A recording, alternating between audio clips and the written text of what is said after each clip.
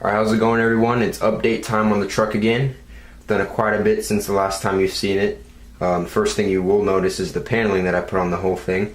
This is the new Lexan paneling. It's 0.03 of an inch, so 0.03. I think Proline bodies use 0.04 or maybe 0.05, but that's what I decided to go for with this paneling. I didn't want it to be too thick, and I wanted it to still be rigid enough to not flex with stuff hitting it, but it's pretty strong. And then I wrapped it on top with the carbon fiber vinyl and screwing it in with all these different holes, so it's removable, which is great. Now if I need to do something in the cab, I don't have to take off the whole cage or cut off 50 zip ties, so it's pretty easy to do. Just grab my drill here. Oh no, this side here. This one has the two M4 screws, so it's pretty simple to get out. And then just like that, I can access the inside, adjust something, you know, fix a screw or something like that, and not have to take off the whole cage. So that's a great thing that I love about these screw-on panels. And then we'll just leave the other screw off because it doesn't really need it. So yeah, that's the paneling. You can see I also finished up the back. Also, I did a new top vent in this plate that goes towards the inside of the cab. This one does actually go behind here and then wraps down and attaches at the bottom with the screw.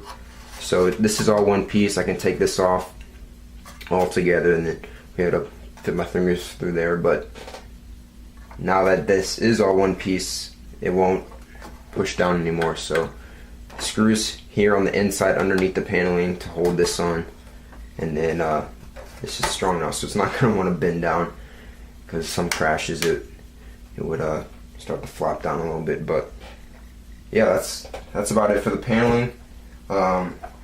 Next, I'll just go over how I think about the suspension changes from the new pistons that I put in.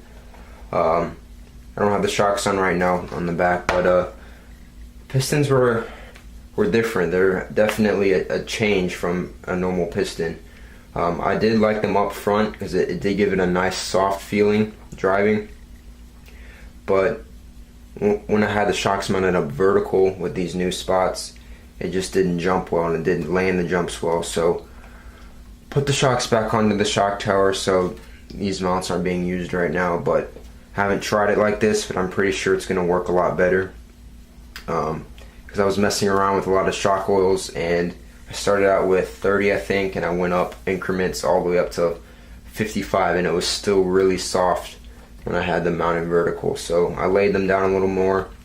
It's going to give it a better feel, especially jumping. So that's what I'm looking for, because I want to jump this thing. So the backs are pretty good. I did end up putting the other pistons back in because it just felt, something about it felt weird with these shocks. So I put the stock pistons back in these, and I'm running 37 weight now. So I'm going to try that out and see how that works, but we'll see. But I think that's about it for cage updates. I also put this brace in here because I don't want this bending anymore. So put that brace up there. And I think that's about it. So, alright, one more thing before we go. I want to show you the new electronic setup I'm running. This was originally in my Techno a while ago, but I was running the Pro 4 HD with the RX-8 for a while, so this tin shock was just sitting in my storage, so I had this extra.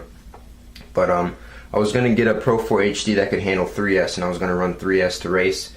But that kind of fell through, so the RX-8 was just sitting here. And I was like, what the heck, I'll pair it up with tin shock, try it out in the trophy truck. And it's one of the best decisions I made so far. This is a solid setup. 550 size motor, 4-pole, censored, and it stays really cool. I'm running a 14 tooth, and it's really fast, but it still runs cool, which is amazing. And I could gear down if I wanted to, and it would run even cooler. So that's a great thing.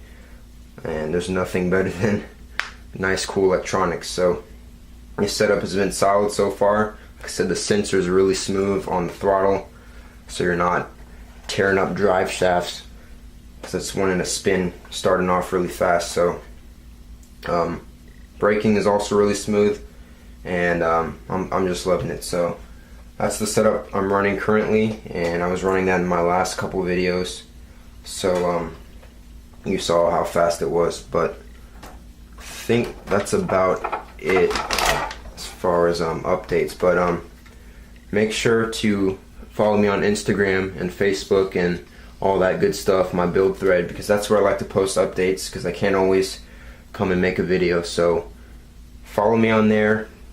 You'll see pictures of updates and progress, so I'll just try my best to make videos when I can. So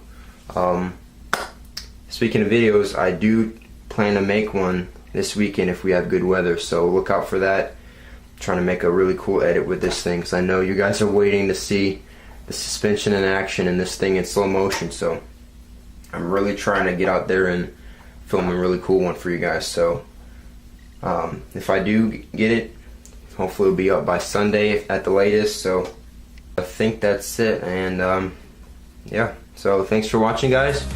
We'll see you guys next time.